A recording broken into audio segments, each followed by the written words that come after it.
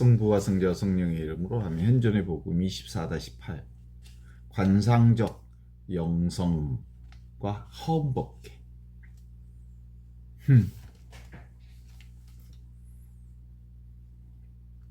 밤의 어둠은 아직 완전히 물러가지 않은 새벽 산책길. 동력 하늘 조용히 밝아오고 있고 응상과 물결 옅은 안개가 떠다니고 있고 갈대숲에서 이름 모를 새들이 노래하고 그 노래소리가 은은하게 펴지고 있는 바로 그 순간, 특별한 목적도 없이 걸어가는 그 순간, 도착해야 할 곳도 없는 그 자리, 숨이 들어가고 나오고 하는 그 자리, 발을 딛고 서 있는 바로 그 자리, 새소리가 들리고 바람이 스치는 바로 그 자리, 그 자리가 바로 하느님 나라. 본래 순수하고 본래 고요하고 본래 밝게 비추는 침묵의 자리입니다.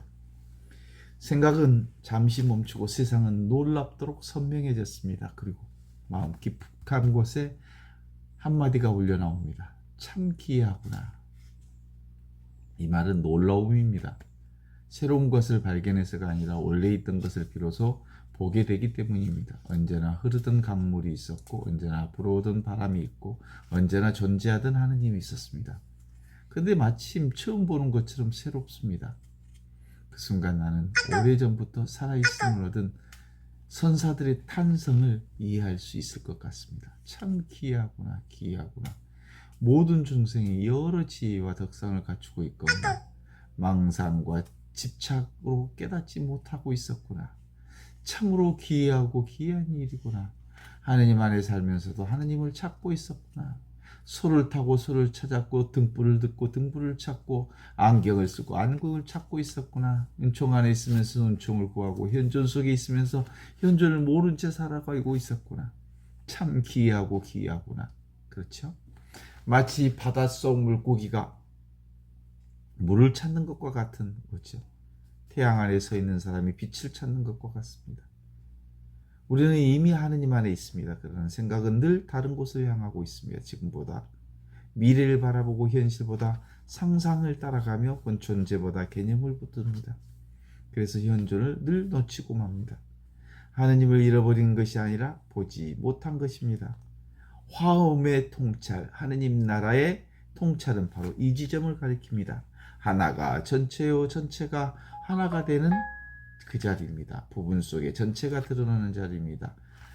하나의 꽃잎 속에 우주가 들어있고 한 물방울 속 이슬 속에 하늘이 있습니다. 한 사람의 마음 안에 온 하엄법계가 담겨져 있습니다. 이것은 단순한 시적 표현이 아닙니다.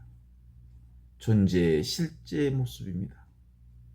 오늘날 과학은 이를 다른 어로 설명하기도 합니다. 프랙탈 구조를 보며 작은 부분 속에 전체 형상을 반복되어 있음을 깨닫습니다.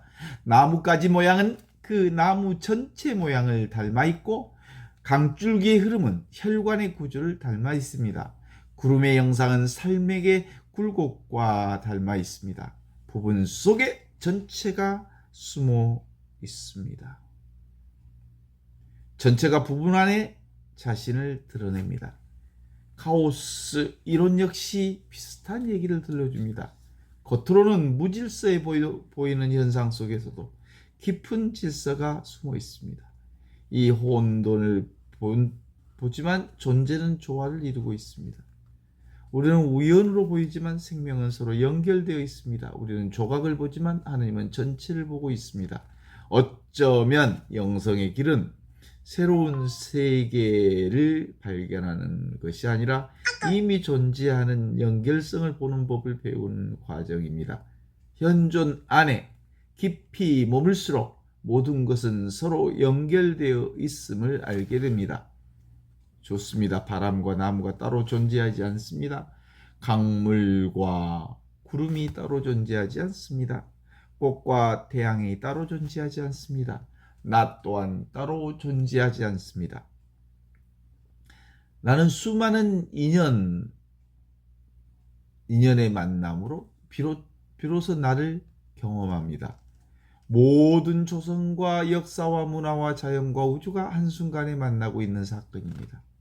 그리고 그 모든 것을 관통하는 생명이 있습니다. 그 생명이 바로 지금 여기 이 순간 이와 같이 살아있는 하나님의 현존입니다. 그런데 깨달음은 늘 우리의 예상과 다르게 찾아옵니다. 우리는 특별한 빛을 기대합니다. 엄청난 신비를 체험을 기대합니다. 천지가 흔들리는 변화를 기대합니다. 그러나 하느님은 대개 가장 평범한 모습으로 오십니다. 모세에게는 떨기나무의 불꽃으로 오셨고 엘리야에게는 세미한 바람으로 오셨고 제자들에겐 갈릴리의 호수의 아침 식사로 오셨습니다. 부활하신 예수님조차 처음에는 알아보지 못했습니다. 왜일까요? 사람들이 기대했던 모습으로 오지 않았기 때문입니다. 하느님은 언제나 예상 밖으로 찾아오십니다. 그러므로 깨달음도 예상 바뀝니다. 찾던 곳이 아니라 전혀 생각지도 못했던 자리에서 열립니다. 높은 정상보다 주방에서, 깊은 동굴보다 산속에서, 엄숙한 의식보다 일상의 평범한 속에서 지금 여기 이 순간 이와 같이 살아있는 하나님의 현존을 경험하게 합니다. 그래서 영성의 성장은 무엇을 더 얻는 과정이 아닙니다. 그릇이 커가는 과정입니다. 화음에서는 이것을 법계 수용력이라고 표현할 수 있을 것입니다. 같은 하늘을 보아도 보는 만큼 봅니다. 같은 강물을 보아도 담을 수 있을 만큼만 담습니다. 같은 복음을 들어도 이해할 만큼만 이해합니다. 문제는 하느님이 자신을 숨기는 게 결코 아니라 우리의 그릇이 아직 그것을 충분히 담지 못하기 때문입니다. 그래, 어마어마한 비가 쏟아집니다. 그러나 종지기만한 그릇을 간직한 사람은 빗물을 종지기 정도로 담을 수 있습니다.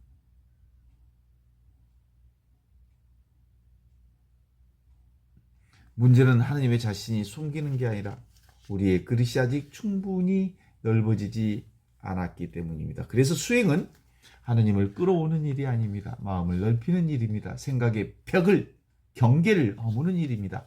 판단의 경계를 내려놓는 일입니다. 자기 확신을 비우는 일입니다. 그럴수록 더 많은 것을 담을 수 있고 더 깊게 이해할 수 있고 더 넓게 볼 수 있습니다. 그리고 문득 깨닫습니다. 새 한 마리의 노랫소리 안에 우주가 들어있음을, 꽃 한 송이 들꽃 안에 영원히 숨어있음을, 한 사람의 미소 안에 하느님의 사랑이 깃들어 있음을, 지금 이 순간 안에 영원히 살아있음을, 그때 비로소 화음색의 하느님 나라가 열립니다. 아주 간단하지요? 하나가 전체이고 전체가 하나입니다. 작은 것이 큰 것이고 큰 것이 작은 것입니다.